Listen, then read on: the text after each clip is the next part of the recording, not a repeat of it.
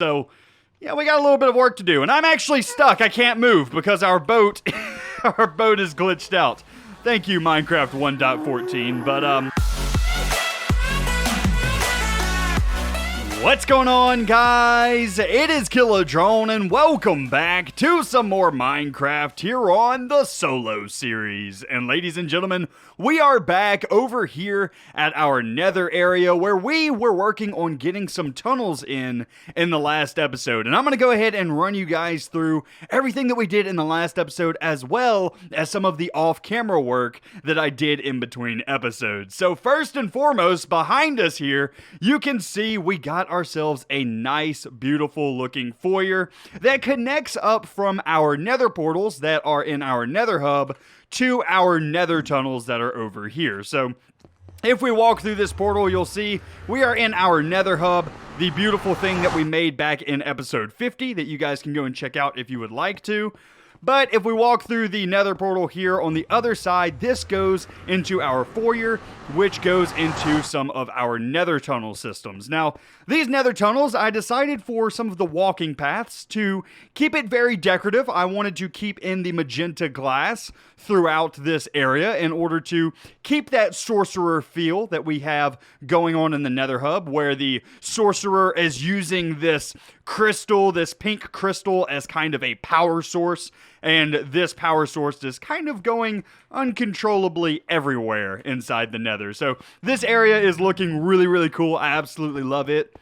And also off camera, in between episodes, I did a live stream in which we finished one of our boat roads. So if we were to go ahead and throw down a boat into this area, just like so, we can go ahead and take this all the way to the next nether portal, which leads us to the... Actually, no, this one doesn't lead to a nether portal. This one leads to the wither skeleton skull farm. But as you can see, all of this is completely designed up, and we just zoom on through here, and we'll end up at the elevator for the wither skeleton skull farm here in just a second. There we go. As you can see, that is our elevator right there, and that, if we take it down, will lead us to our wither skeleton skull farm. So this area is completely done as far as the design goes with the boat tunnel.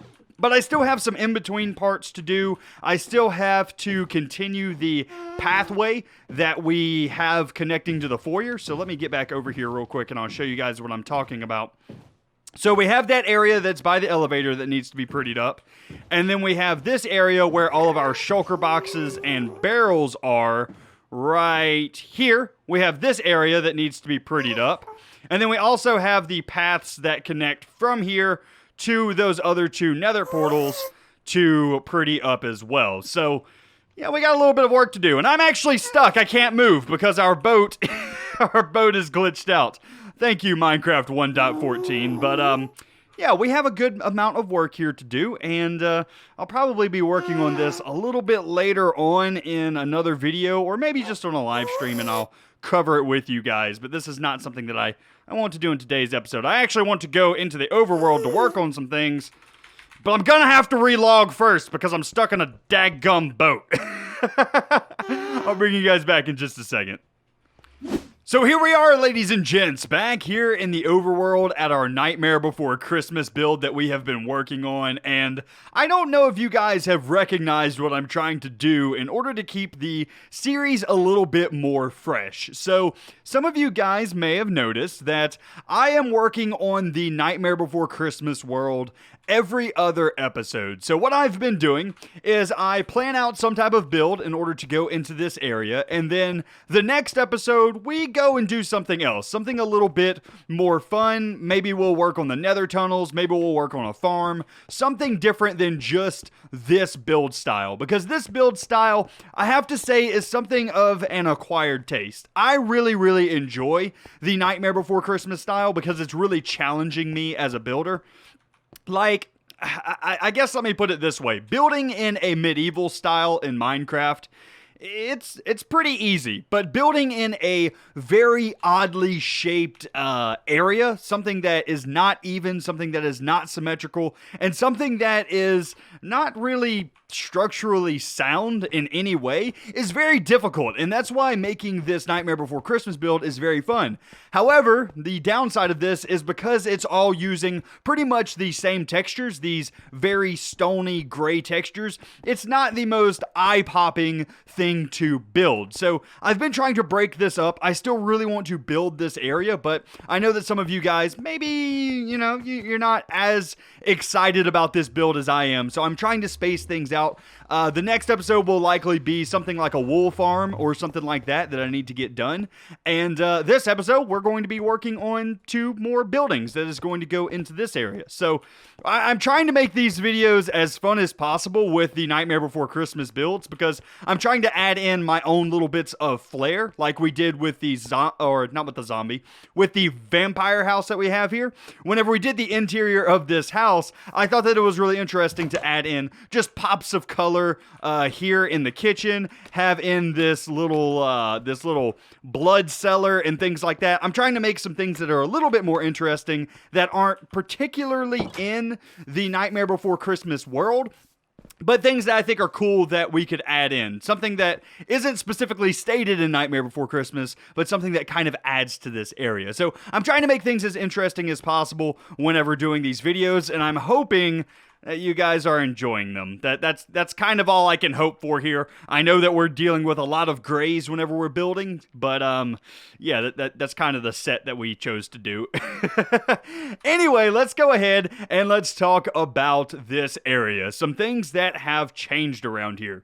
First and foremost, you'll see that the spider building that we made in the last episode is a little bit different, and that is because I relocated this window here. This window was on this side, just on this flat face. I decided to move it around and make it in the corner, just like so. That way it looks like it is looking out over into this courtyard area, and I think that makes it look a lot better. I think that makes it look much more spider-like, and I really like that little change. I also, because I moved that window, I changed the inside of that area just a bit in order to make it fit with that window in that area. So if we go ahead and head up here, you'll notice that we have moved around this bedroom that's up in this area. So we added in the crafting table over there, the barrel on top of it, and then the lecterns just really squeezed in here right next to this bed. So it's very cramped in here, but once again, I think adding this window in that corner, it's really worth it. It's really worth doing that. So anyway, if we go ahead and close that up and head back into our square here, we have 2 more buildings that we're going to be adding in today's video, and they are going to go in between this building here, our staircase building, and the spider building. We have 2 more that we have planned out. One is going to go here, and one is going to go here. Now, both of these buildings are going to go very close to each other. This entire area is about to start feeling very cramped, like people are living on top of one another. And I think that's going to be very good because we're trying to build a unified city here. We're trying to make something feel like it's actually a town that somebody or a group of people would be living in. And whenever you're doing that, whenever you're designing towns, like if, let's say you were designing a village inside of Minecraft, it's very good whenever you're designing a village to put houses very close to each other. We're going to be doing the same thing here, but with these weird buildings that the Nightmare Before Christmas have. So anyway, I'm going to go ahead, I'm going to get to work here, start ourselves a time lapse, get the outer shells of this build, or get the outer shells of these buildings. Man, what is wrong with my speech today? I apologize, ladies and gentlemen. I'm having trouble. Anyway, I'm going to get these outer shells done in a time lapse real quick, and then I will bring you guys back whenever we are ready to decorate the inside. So without further ado, I'm going to go ahead, I'm going to get cracking here, and I'll bring you guys back in just a minute.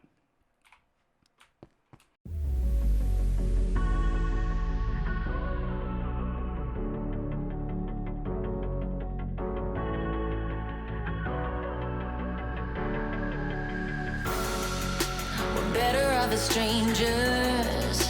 Believe me when I say, loving me is loving danger. Your heart is bound to break. I walk alone in the night, neath the pale moon. Loving's for the fools. Baby, beware of my body. I'm alone, I'm alone, I'm a lone wolf.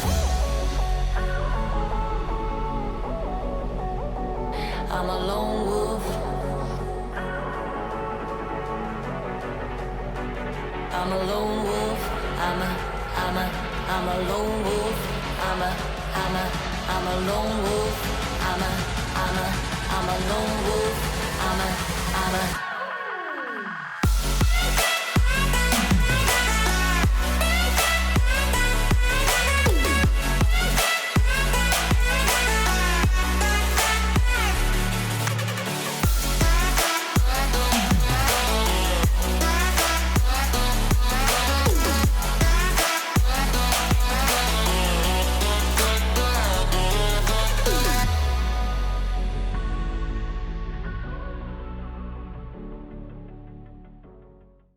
So one of the massive issues I've been having whenever trying to create these builds is finding a place to add in the different floors. Obviously, these things are towers, which means that you should have multiple levels to them for the people to live in. And in some cases, it's extremely easy. Like you saw with the first build that we did, pretty easy to find out where you can add in some flooring area. But in a tower that is like this, it can be a little bit more difficult because your windows that you have in are a bit uneven. So a couple of things that I've learned to do is, first off, anywhere where we have a jut out of the building, so the building comes out by a block, that is a good place to start the next floor. So as you can see here, we're going to have a lot of headspace for this first floor here. But on the second floor, we're not going to have as much headspace because there's not as much between the next jut out. So this is going to be a much smaller floor. And then the last floor, what we're going to do is actually do a sort of loft right up here, because we can't come all the way across the floor or else we'll be cutting off this window. So what I plan on doing is just adding in a loft area with like a bed on top there. This will give us more room in order to do a kitchen or something like that at the bottom, and then a living space on the second floor, and then up on the top we can do some type of bedroom or something like that. This is a nice little way, this loft area is a nice little way to give us just a little bit of extra room to add in some more detail. Now, let's talk about this building, this other smaller building that we're adding in, and this is going to be a different kind of room. It's going to be much like this one. It's going to be much like the spider building in that there's not a lot of space on the inside in order for us to fit anything else in it.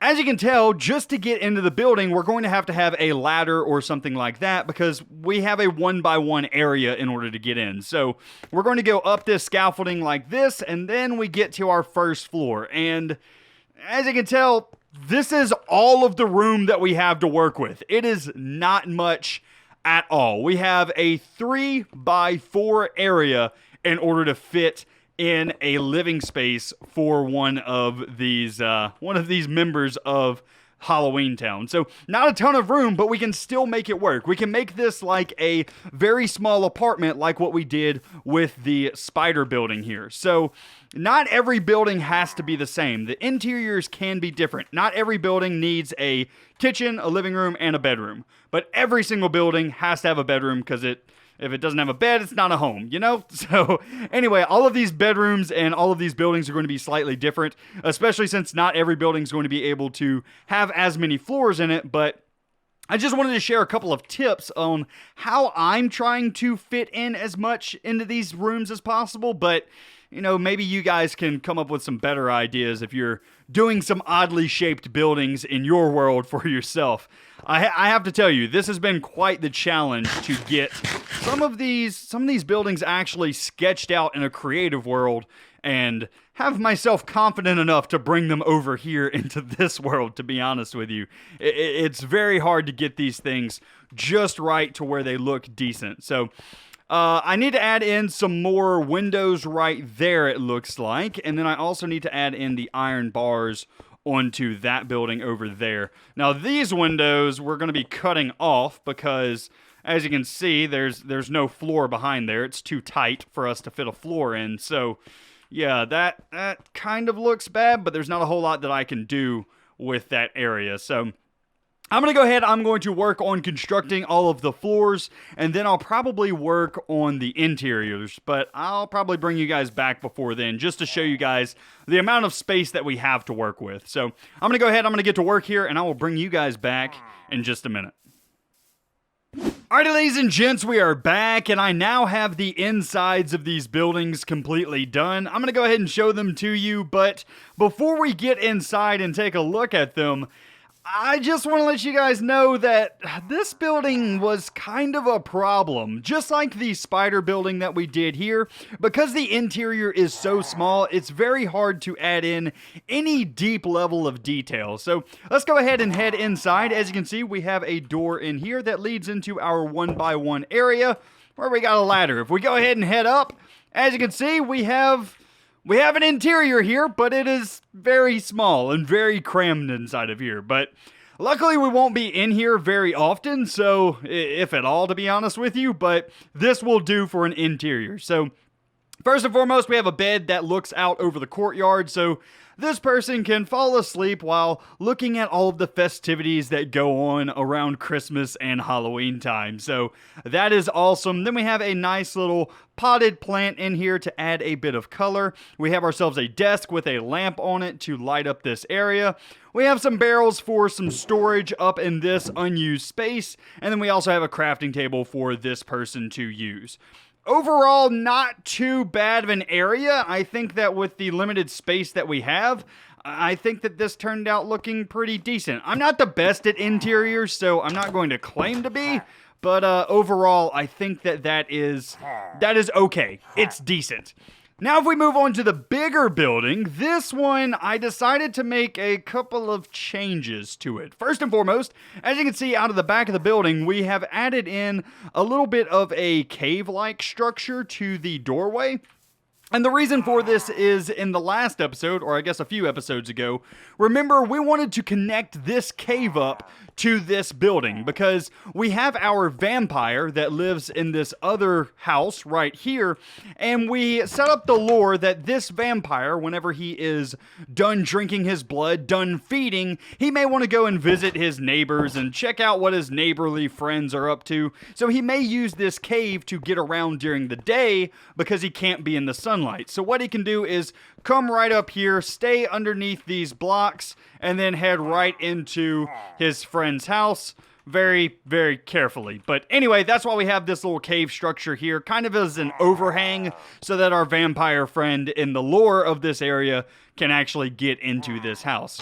Once we go inside this house, we have kind of a simple kitchen. Once again, we have ourselves a furnace with a piece of chicken on top being cooked. We have ourselves a sink with, once again, some dirty water that is that green, slimy nastiness that we're going with for this build. Maybe this person is not a vampire, but is maybe a more healthy eater. So we have ourselves some sugarcane and an item frame here, as if they are cutting up this celery and they're going to eat that tonight. We also have ourselves a cauldron. I don't know, I guess this could be like a washing machine or something like that, where they wash their clothes or something. I don't know. I just figured it was something that we could add into here. And then obviously some storage barrels for food or laundry or whatever else that this person needs.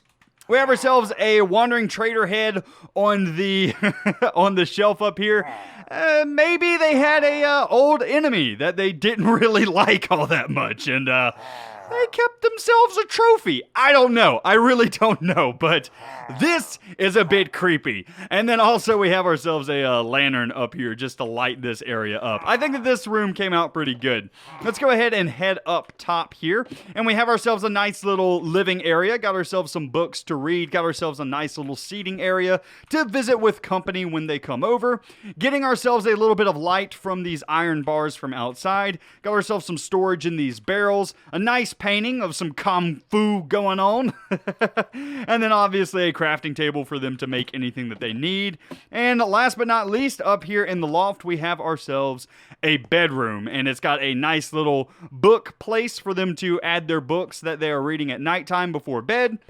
A little bit of a nightstand with a lamp on top of it, and then maybe a portrait of themselves or of somebody they admire right above their bed. So I really like this. I like how this interior came out. I think that it is pretty good with the level of detail that we can add into these small areas. I really like them. But Anyway, guys, that is going to be it for today's video. I do hope that you enjoyed. Very, very interesting builds once again here at the Nightmare Before Christmas build. And we still have plenty more builds that we have to work on here. We still have a cat building, as well as some buildings that we're going to just kind of make up, because we want to have this area feel very much like a city. So we have some more iconic buildings, like we have a building that's going here that's pretty iconic. We also have the cat building that will be going over in that area that's pretty iconic.